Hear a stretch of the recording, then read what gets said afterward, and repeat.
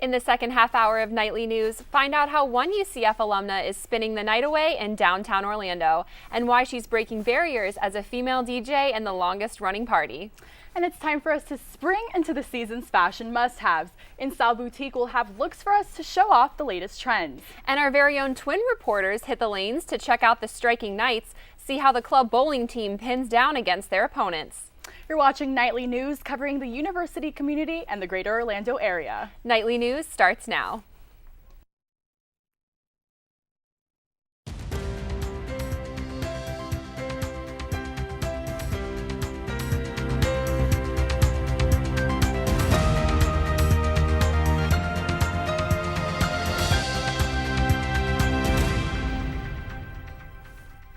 Hello and welcome back to Nightly News. I'm Melissa Murray. And I'm Camila Uribe. Today is Friday, March 27th.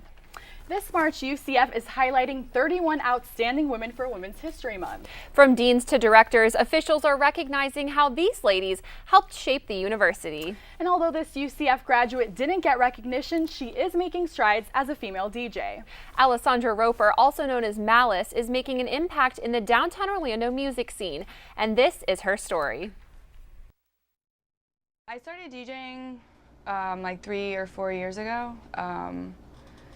Honestly, it started out as a hobby. My boyfriend was a DJ, and he taught me how to DJ so I would know what he was doing. I just intended it to be a hobby at that point because I had just started grad school and I was focused on that. My boyfriend threw me on an event, and I opened that event, and I've been in love with it ever since. It became an addiction.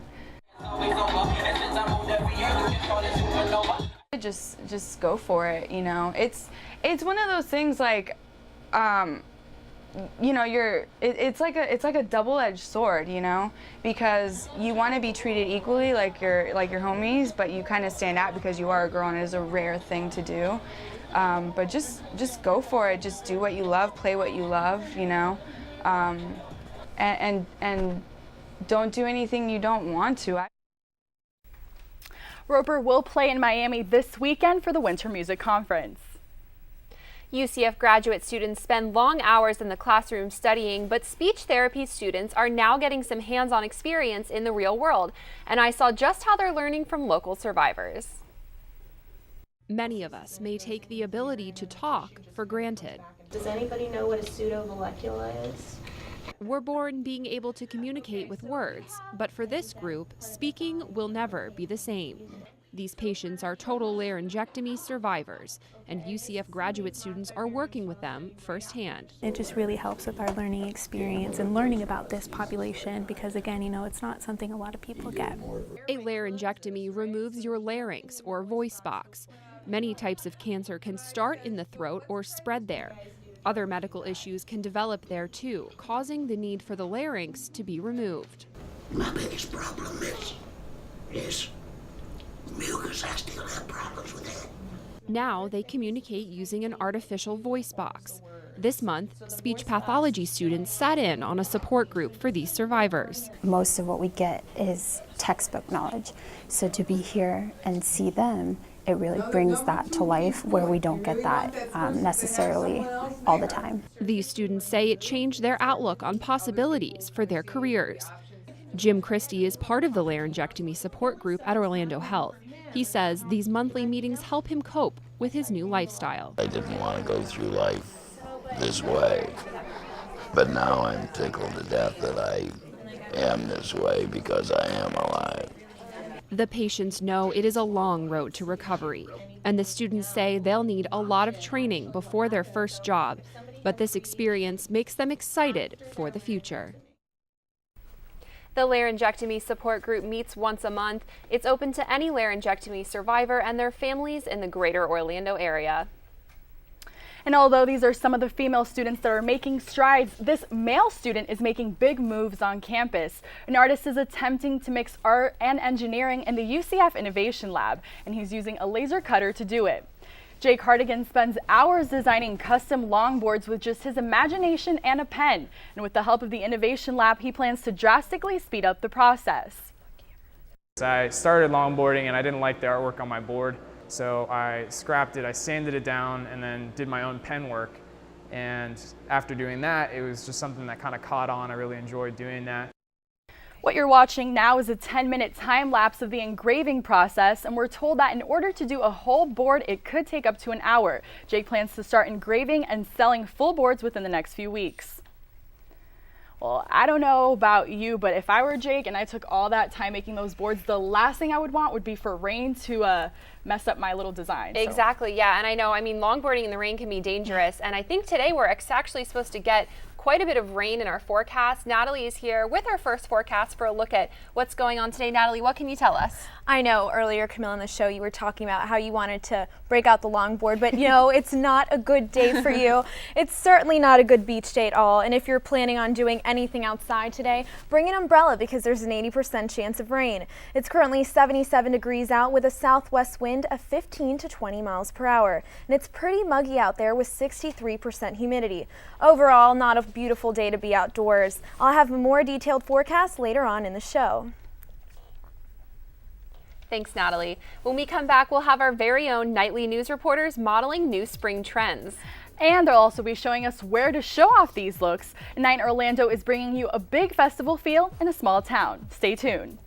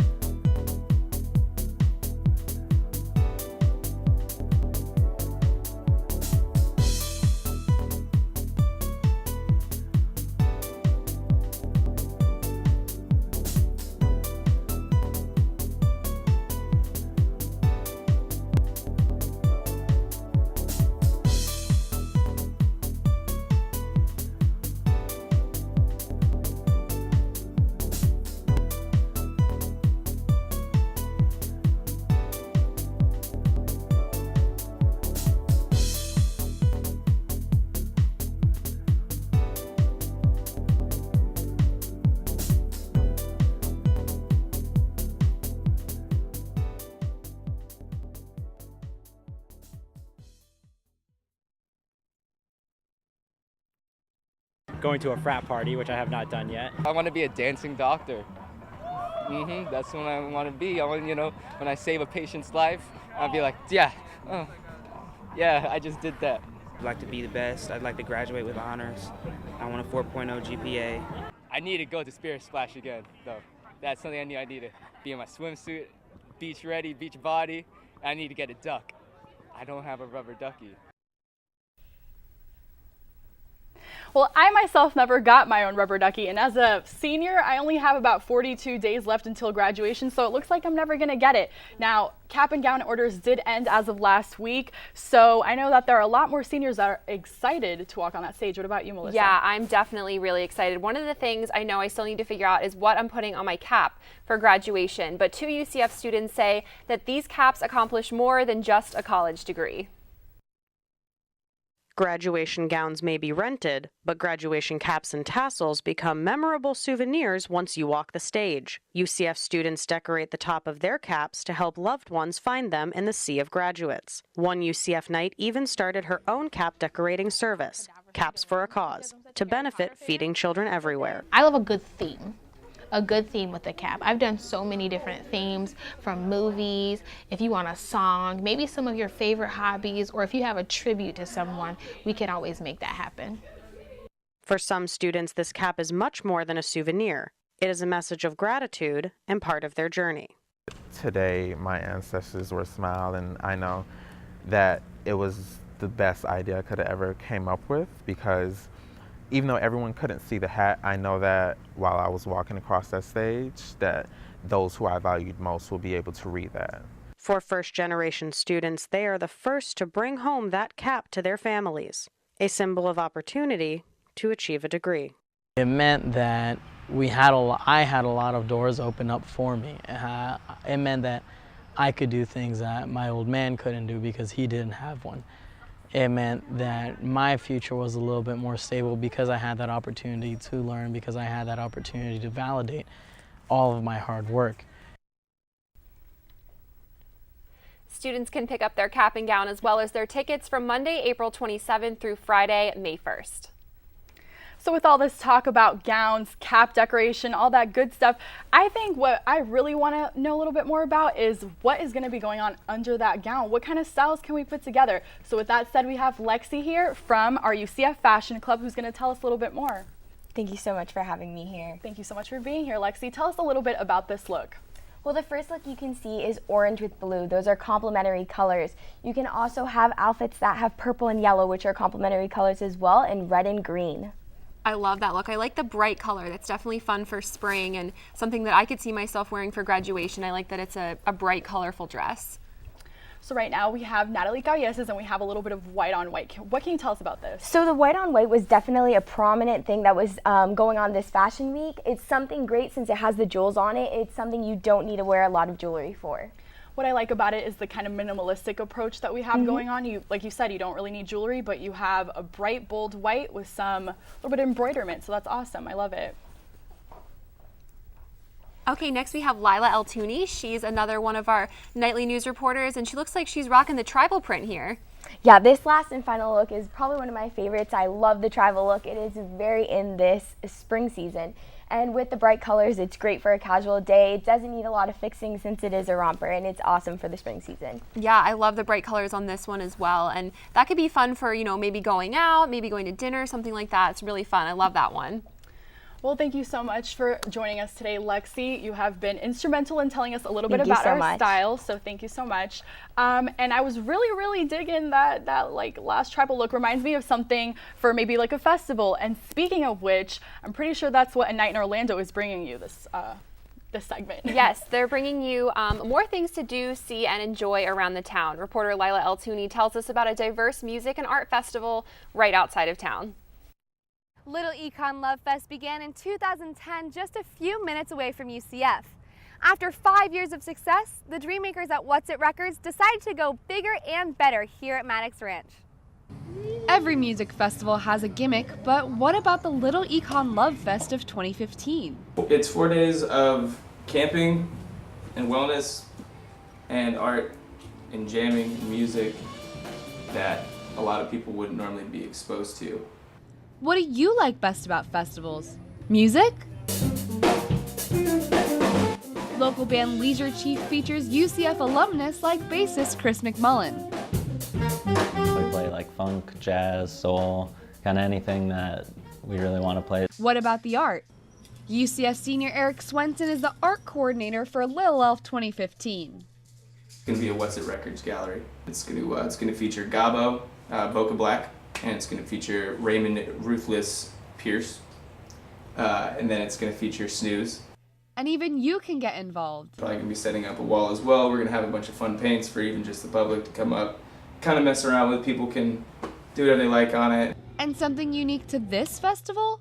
Each day offers a new schedule of wellness workshops. Yoga in the morning, we have a lot of meditation. Event coordinator and UCF graduate Nick Rowe says you couldn't find a friendlier community.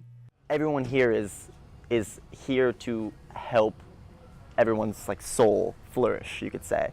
As you can see, there's plenty to do and see here at Little Econ Love Fest, but this community wants you to know that it's all about the love. A Night in Orlando, Lila Eltouni, UCF Nightly News. Members of this community welcome everyone with open arms. And if you'd like to join, the festival runs until Sunday. You know, I actually did go out with Lila during this week to kind of check it out for her story, and I must say it's a little bit different than what I'm used to, but it looks like a lot of fun, so maybe we should check it out. Yeah, I've never been to a music festival before, but that one looks really cool, especially being local with all the local artists. But let's hope that the spring weather will be beautiful for the festival. Natalie has our full forecast here right now. Natalie, what can you tell us? Well, they call Florida the Sunshine State, but there isn't much sunshine in the forecast right now. I know I'm driving to Miami, and fingers crossed there's no rain on my trek down. Let's take a look at our state temps in the area. Miami 79, which I am extremely happy about. Up north in the capital, Tallahassee 67, Jacksonville 68, so pretty similar, and Tampa 73, and right here at home 77 degrees, nothing too bad.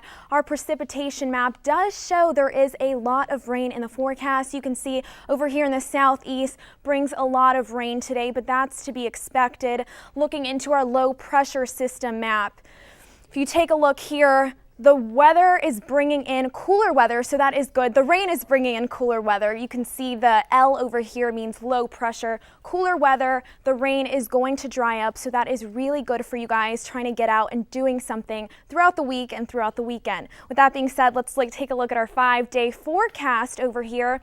On Saturday, it's 70 degrees, the low of 48. And really throughout the week, it's good weather, 74, 81, and lows in the 60, which is nice for that spring feel. We finish it off on Wednesday with the highest temperatures at 83 degrees. And that's all we have for weather. Back to you, Melissa and Camilla. Thanks, Natalie. Coming up, we'll have Tom and Jack Ebel on sports. Find out how the Twins are ranked on our nightly news bracket. You won't want to miss this.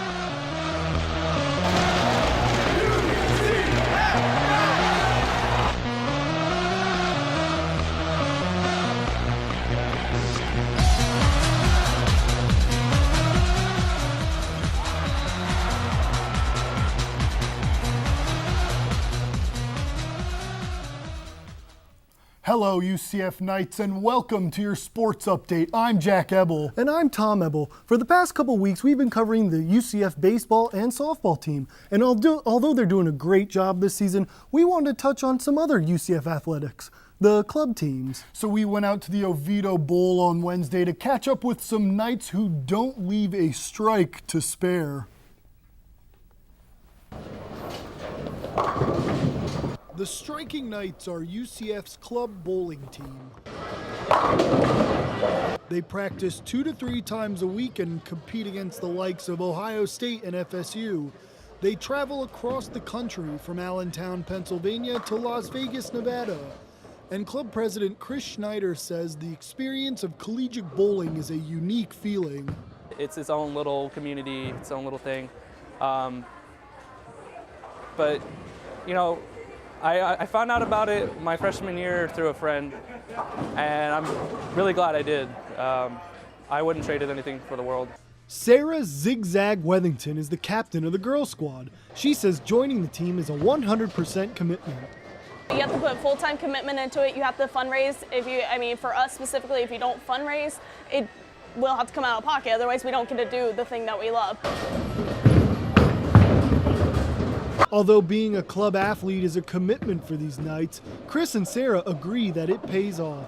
You kind of build those relationships where it's like being a part of the family. I mean, these guys are my second family. It's just a feeling that you can't get anywhere else, honestly. It's well worth it because you get the friendships with everybody, throughout the nation, not just throughout our club. It's just well worth it. Chris also says he has high hopes for his last hurrah with the Striking Knights. I have one more year left, so I'm hoping that we can get this team better and we get to win a national championship. We had a great time on Wednesday and met some really awesome people. I tell you what, they were telling us after the interview that during their tryout process, they don't usually cut people, but if I went to go try out watching them, I might be the first one to be cut. There's a good statistic in bowling that if you get 3 strikes in a row, it's called a turkey, but I'll tell you, when I bowl, I'm the only turkey Couldn't out agree there. more. So now moving on to the March Madness brackets, the Sweet 16 kicked off yesterday with Notre Dame beating Wichita State, smoking them in the second half, shooting 75%, but the barn burner was Wisconsin, North Carolina. Wisconsin was struggling against UNC early on, but they rallied back and stole the win from the Tar Heels, ending their 11-game Sweet 16 win streak. I was a little disappointed. I had UNC. I looked like a hero in my bracket, but in the end, they did me wrong. Well, we're moving on to the next matchup of the day. We saw number 1 Kentucky take on number 5 West Virginia. And what can be said about that game that hasn't already been said about a dumpster fire? Look at this. We had Kentucky dunking on each other. That's how good they are. It was a blowout from the absolute start. There was a point where West Virginia had less field goals than turnovers. It was a defensive showing by Kentucky all night. They came away with the victory 78-39.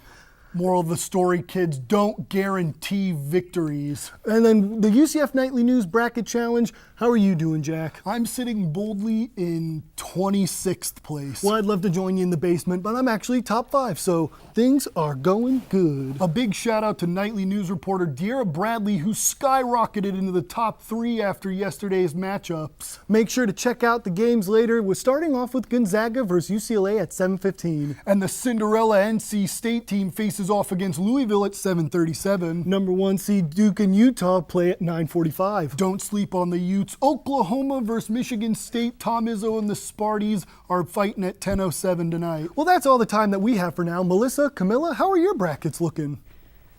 Well, I can say that mine is not doing too hot. I have only 1 team left that I picked for the Final Four, and that's Kentucky. The rest of my teams, I don't even know. I just stopped paying attention because it's pretty bad. What about you? I haven't been paying attention since I did it, so I honestly don't even want to talk about it. I heard something about a 44th, 45th place. I'm done, so. That's okay. Well, you know what? We'll just keep going. After the break, find out what students crossed off on their UCF bucket list. And the zombie apocalypse is coming to a haunting end, so stay with us.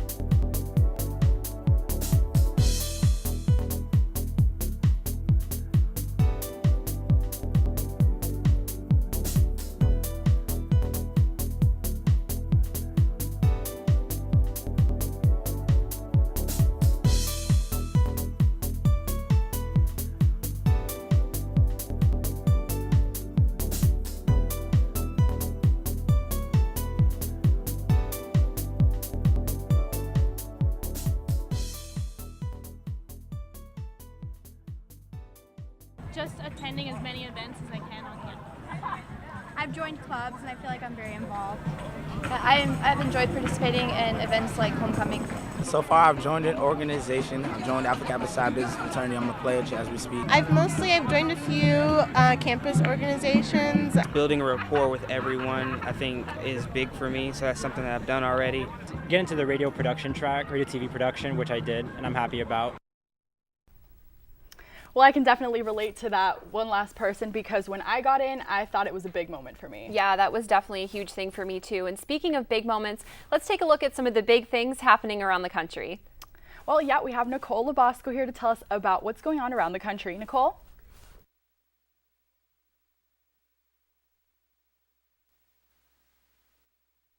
To find a new 5 seasons, the 90-minute season finale of The Walking Dead will air on March 29th at 9 p.m. With a record-breaking 15.5 million viewers for the 4th season finale, that number is only expected to increase. Will Rick's group be exiled from Alexandria? Who will we lose next? Tune in to AMC to find out. And while you're celebrating your favorite show, celebrate your favorite coffee.